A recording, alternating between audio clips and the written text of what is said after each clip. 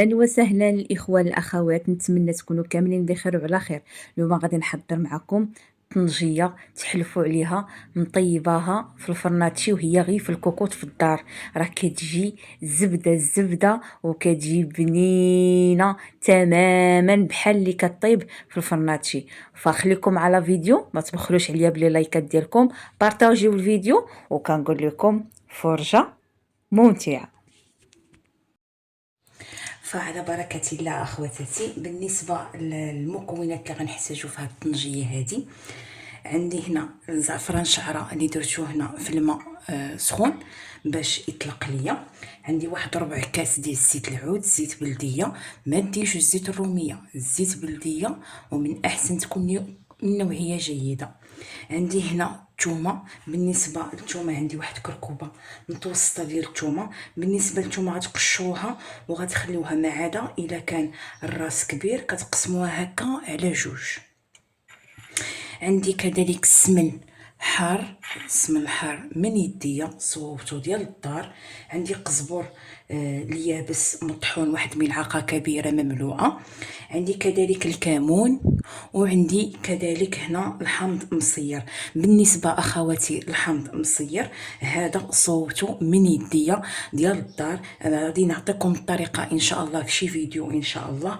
غادي تخليو هاد القشور والبابه غادي تخليوها وتحيدوا ليها هذيك الزريعه ديالو، حيت كتعطي المراره في الطنجيه ديالكم. فانا غادي نعطيكم تشوفوا الحامض مصير ديال الدار، يعني صوبتو بيديا راه كيجيو خزال حسن من ديال الزنقه. وعرفتوا شنو كليتو وعرفتوا شنو عطيتو لوليداتكم. شوفوا تبارك الله ما شاء الله اللي كيجي، راه كيجي خاتر. وباقي الشي هذا راه غنخليه عام عامين قد ما هو كيبقى، قد ما هو مزيان. فغادي تشوفوا ما درت معكم فيديو مباشره يعني ما غاديش نهضر حتى نمونطي. شوفوا تبارك الله هانتوما ما شاء الله، شفتوا هذا راه ديال الدار 100%. فغادي نخليه وغادي نشارك معكم ان شاء الله الطريقه ديالو باذن الله. انا غير شاركت معكم الحامض لان راه ديال الدار، والسمن الحار ديال الدار بطبيعه الحال.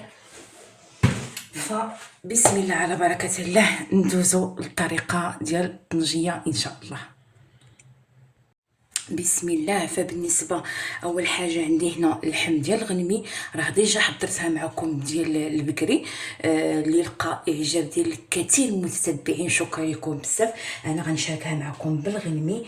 عندي هنا ربع كاس ديال الزيت، بسم الله. هنا راه ما كنحتاجو لا ما عدا داك الماء اللي درت فيه الزعفران شعره فقط. الا ما عندكمش زعفران شعره فبامكانكم غتستعملوا الضامه ديال الزعفران شعره انا غير، ولكن هذا هو اللي كيصرعها. من احسن ديروا هذا طبيعه الحال. الا كان ما كانش فديروا هذاك الاخر. وما غادي نستعملش الملحه نهائيا، فقط غادي نستعمل غير ديك الملوحيه ديال الحامض مصير فقط. غادي ندير ديك الطريف ديال السمينه، وعندي القزبر اليابس والكمون. هادو هما التوابل اللي غنستعملو في الطنجيه. عرفتوا راه كتجي خوتي بحال درتوها في هذا، بحال طابت في الطنجيه ديالها. هي راه غير في الكوكوط. غادي نوزع داك الحامض كما قلت لكم من قبل، زولت له هذا الزريعه باش ما يعطيكمش المروره. ضروري تحيدوا ديك الزريعه. وهذا اللي خلينا غادي نديرو هكا من الفوق باش ما يذوبش لي بزاف، وغادي نزين به ان شاء الله ملي طيب الطنجيه ديالنا.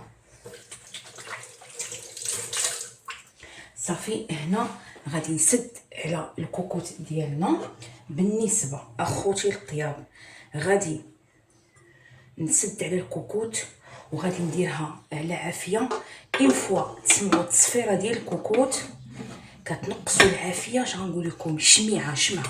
عرفتي شنو هو شمعه؟ تخليو الكوكو ديالكم شميعه، عافيه تكون خط.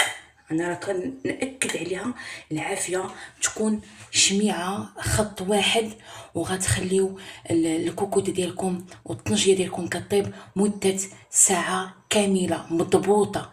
يعني نعاود لكم، كديروها فوق النار، غير كتسمعوا التصفيره الاولانيه كتنقصوا على العافيه ديالكم. انا غنصور لكم النار كي غنخليها في الطياب، وغنخليوها مده ساعه، ونتلاقاو ان شاء الله.